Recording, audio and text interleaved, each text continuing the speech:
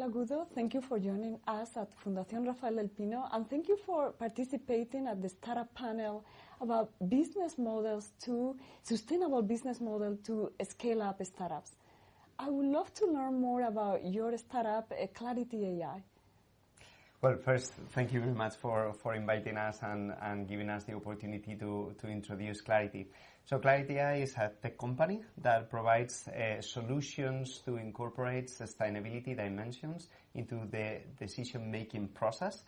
Focus right now basically on financial institutions, so basically trying to help them on how to incorporate in their decisions about what companies to invest or how to identify the best companies, including their sustainability dimensions related to the environment, social dimensions or governance, and even beyond that, right? So trying to measure how companies are impacting the society in different ways.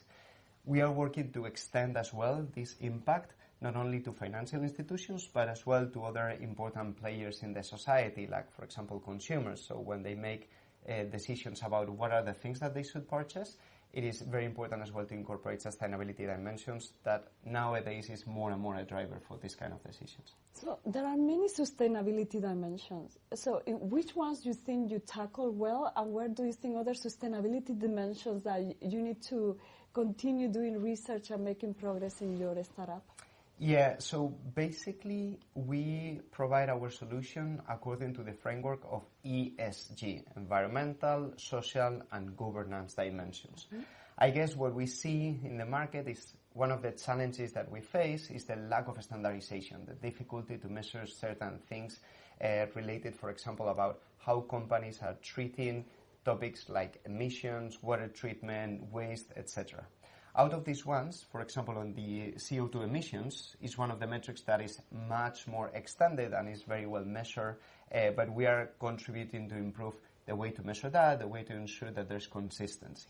However, if we move to other topics about environmental or even some other social dimensions, we realize that there's a lot of work in terms of standardization, ensuring that the data is available and that data is incorporated in a very easy way to make decisions based on that. And there is where the gap is bigger and where we believe we can contribute better through technology like artificial intelligence. You mentioned this measuring the CO2 print. In a way, you have to do a lot of life cycle assessment of many of the inputs that goes into this organization. That requires a lot of data. Yeah. Is there something the government can do to create better data, to be able to better measure the CO2 print? I think the answer is absolutely yes. So basically what we are realizing these days, and something that we are working quite a lot, is on how to facilitate the process to comply with regulations. More and more regulations are growing about sustainability that are asking not only financial institutions but companies in general to disclose more information and better quality information.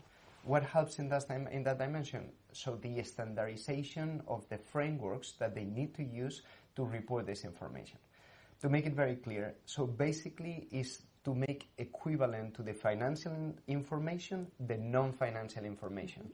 And assuming that today is very standardized, the way that they need to report their revenues, their net profits, or similar things, so they should do similarly with CO2 emissions or any other dimensions about ESG. A very good comparison. So now let's think about the day-to-day activities of Clarity AI as an organization. How do you make sure that you yourself are a very sustainable organization? Can you give me examples of practices within your business model that illustrate that? Yeah, it's always a challenge to focus on the things that we do from Clarity and not being a sustainable company. So definitely something that we invest quite a lot.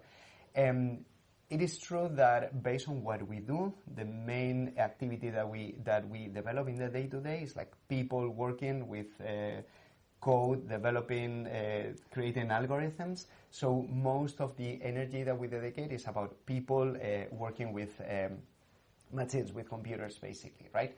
But we take into consideration certain things that reduces our footprint in different dimensions. One is maybe about traveling, right? Which is the one that maybe creates more impact in terms of the environment.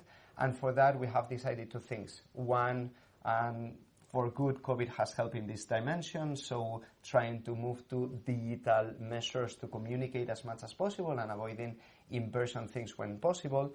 And now that we are coming back to in-person things, we have a policy to neutralize all the carbon footprint of the employees, not only through their work activities, but even in their personal lives. So every single employee that is at Clarity has a program to net zero all their emissions. And what is the most challenging part? When net zero, there's a whole value chain. What is the most challenging part?